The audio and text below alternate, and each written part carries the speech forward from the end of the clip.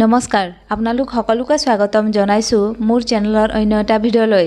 আজিৰ ভিডিঅ'টোত সমাজ বিজ্ঞানৰ বিষয়ত কেইটামান অতি গুৰুত্বপূৰ্ণ প্ৰশ্ন উত্তৰ লৈ আহিছো। গতিকে বলকচোন ভিডিঅ'টো আৰম্ভ কৰোঁ। প্ৰথম প্ৰশ্নটো হৈছে BTADত কিমানটা পৰিষদীয় সমষ্টি থাকে? উত্তৰটো হৈছে অপশ্যন গ 46টা সমষ্টি থাকে। 2 নম্বৰ প্ৰশ্নটো হৈছে BTC চুক্তি কিমান চনত স্বাক্ষৰিত হৈছিল? উত্তৰটো হৈছে অপশ্যন খ 2003 চনত BTC চুক্তি স্বাক্ষৰিত হৈছিল। 3 নম্বৰ প্ৰশ্নটো হৈছে BTADৰ সম্পূৰ্ণ ৰূপটো কি? উত্তৰটো হৈছে অপশ্যন খ Bodoland territorial area district. 4 number প্ৰশ্নটো হৈছে অসম জাতীয় পৰিষদ নামৰ আঞ্চলিক দলটো কোনটো ছাত্ৰ সংগঠনৰ নেতৃত্বত গঠন হৈছিল? উত্তৰটো হৈছে অপশ্যন গ আছু সংগঠনৰ নেতৃত্বত অসম জাতীয় পৰিষদ নামৰ আঞ্চলিক দলটো সংগঠন হৈছিল। 5 নম্বৰ প্ৰশ্নটো হৈছে অসম জাতীয় পৰিষদ AGP কেতিয়া গঠিত হৈছিল? উত্তৰটো হৈছে অপশ্যন খ 2020 চনত অসম জাতীয় পৰিষদ AGP গঠিত হৈছিল। 6 নম্বৰ প্ৰশ্নটো হৈছে ৰাইজৰ দল কেতিয়া গঠিত হৈছিল? উত্তৰটো হৈছে অপশ্যন গ 2020 চনত ৰাইজৰ দল গঠিত হৈছিল। 7 নম্বৰ প্ৰশ্নটো হৈছে অসমৰ দ্বিতীয় সৰ্ববৃহৎ কা আন্দোলন কেতিয়া হৈছিল? উত্তৰটো হৈছে অপশ্যন খ 2020 চনত অসমৰ দ্বিতীয় সৰ্ববৃহৎ কা আন্দোলন হৈছিল। 8 নম্বৰ প্ৰশ্নটো হৈছে অসম আন্দোলনৰ প্ৰথম শ্বহীদ কোন আছিল? উত্তৰটো হৈছে অপশ্যন ক খগেশ্বৰ তালুকদাৰ আছিল অসম আন্দোলনৰ প্ৰথম শ্বহীদ। 9 নম্বৰ প্ৰশ্নটো হৈছে অসম চুক্তিৰ নেতৃত্বত লোৱা অসমৰ ছাত্ৰ সংগঠনটোৰ নাম কি? উত্তৰটো হৈছে অপশ্যন খ আছু অসম চুক্তিৰ নেতৃত্বত লোৱা অসমৰ ছাত্ৰ সংগঠন। 10 নম্বৰ প্ৰশ্নটো হৈছে IMDT আইন প্ৰৱৰ্তনৰ সময়ত অসমৰ মুখ্যমন্ত্ৰী কোন আছিল? উত্তৰটো হৈছে অপশ্যন ঘ হিতেশ্বৰ শইকীয়া আছিল IMDT আইন প্ৰৱৰ্তনৰ সময়ত অসমৰ মুখ্যমন্ত্ৰী। 11 নম্বৰ প্ৰশ্নটো হৈছে অসম গণ পৰিষদৰ জন্ম কেতিয়া হৈছিল? উত্তৰটো হৈছে অপশ্যন খ 14 অক্টোবৰ 1985 চনত অসম গণ পৰিষদৰ জন্ম হৈছিল। 12 নম্বৰ প্ৰশ্নটো হৈছে অসম চুক্তিৰ পৰিপ্ৰেক্ষিতত অসমত কোনটো আঞ্চলিক দলৰ জন্ম হৈছিল? উত্তৰটো হৈছে অপশ্যন ক অসম গণ পৰিষদৰ জন্ম হৈছিল। 13 নম্বৰ প্ৰশ্নটো হৈছে অসম চুক্তিৰ সময়ত ভাৰতৰ প্ৰধানমন্ত্ৰী কোন আছিল? উত্তৰটো হৈছে অপশ্যন গ ৰাজীৱ গান্ধী আছিল অসম চুক্তিৰ সময়ত ভাৰতৰ প্ৰধানমন্ত্ৰী। 14 নম্বৰ প্ৰশ্নটো হৈছে ভাৰতীয় সংসদে IMDT আইনৰ প্ৰতি কেতিয়া অনুমোদন জনাইছিল?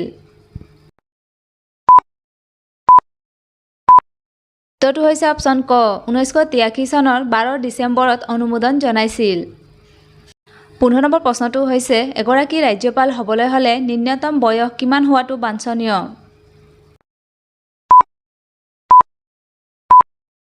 উত্তৰটো হৈছে অপশ্যন গ 35 বছৰ বয়স হোৱাটো বাঞ্ছনীয়।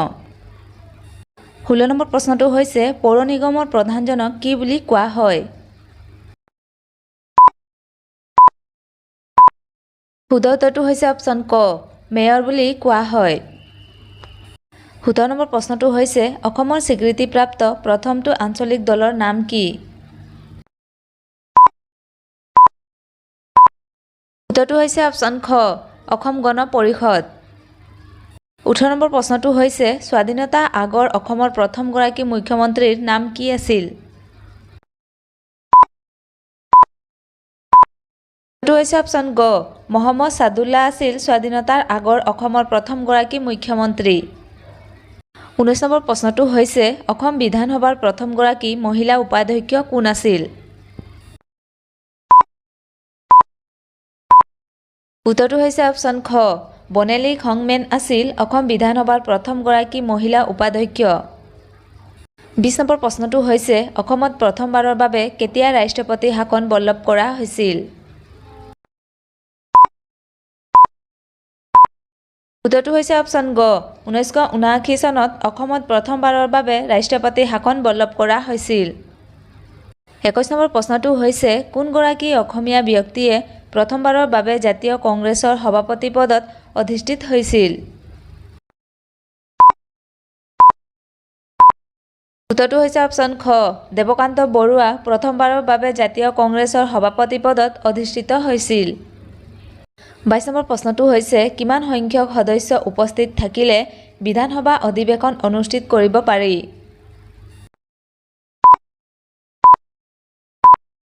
উত্তৰটো হৈছে অপশ্যন ক 1.5 সংখ্যক সদস্য উপস্থিত থাকিলে বিধানসভা অধিৱেশন অনুষ্ঠিত কৰিব পাৰি 23 নম্বৰ প্ৰশ্নটো হৈছে বিধানসভাৰ অধ্যক্ষক কোনে নিৰ্বাচন কৰে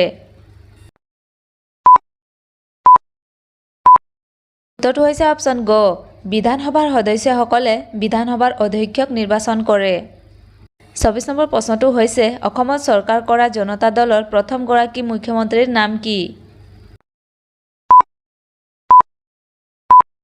উত্তৰটো হৈছে অপশ্যন ঘ গোলাপ বৰবৰা অসমত চৰকাৰ কৰা জনতা দলৰ প্ৰথমগৰাকী মুখ্যমন্ত্ৰী 25 নম্বৰ প্ৰশ্নটো হৈছে কিমান চনত অসমত প্ৰথমখন জনতা দলৰ চৰকাৰ গঠন হৈছিল উত্তৰটো হৈছে অপশ্যন গ 1978 চনত অসমত প্ৰথমখন জনতা দলৰ চৰকাৰ গঠন হৈছিল 26 নম্বৰ প্ৰশ্নটো হৈছে দাণ্ডি যাত্ৰাত অংশ লোৱা অসমৰ ব্যক্তিগৰাকীৰ নাম কি উত্তৰটো হৈছে অপশ্যন খ লীলাধৰ বৰুৱা দাণ্ডি যাত্ৰাত অংশ লৈছিল 27 নম্বৰ প্ৰশ্নটো হৈছে অসমৰ স্বায়ত্তশাসিত জিলা পৰিষদৰ সদস্যৰ সংখ্যা কিমান উত্তৰটো হৈছে অপশ্যন ক 24 গৰাকী 28 নম্বৰ প্ৰশ্নটো হৈছে গুৱাহাটী পৌৰ নিগম আইন কিমান চনত স্থাপন কৰা হৈছিল হৈছে অপশ্যন খ 1976 চনত গুৱাহাটী পৌৰ নিগম আইন স্থাপন কৰা হৈছিল 29 নম্বৰ প্ৰশ্নটো হৈছে 1994 চনত অসম পঞ্চায়ত আইন অধীনত অসমৰ গাঁও অঞ্চলৰ স্বায়ত্ত শাসন কেইটা ভাগত ভাগ কৰা হৈছিল উত্তৰটো হৈছে অপশ্যন গ 3টা ভাগত ভাগ কৰা হৈছিল 30 নম্বৰ প্ৰশ্নটো হৈছে অসমৰ স্থানীয় স্বায়ত্ত শাসনক কেইটা ভাগত ভাগ কৰা হৈছে উত্তৰটো হৈছে অপশ্যন খ 3টা ভাগত ভাগ কৰা হৈছে প্ৰশ্নোত্তৰবোৰ চাই যদি ভাল পাইছে তেন্তে প্লিজ লাইক কমেণ্ট শ্বেয়াৰ কৰি যিসকলে এতিয়ালৈকে মোৰ চেনেলটো ছাবস্ক্ৰাইব কৰা নাই প্লিজ ছাবস্ক্ৰাইব কৰি ল'ব তেতিয়াহে আপোনালোকে আহিবলগীয়া পৰীক্ষাৰ বাবে বহু ধৰণৰ প্ৰশ্নোত্তৰবোৰ পাই থাকিব থেংক ইউ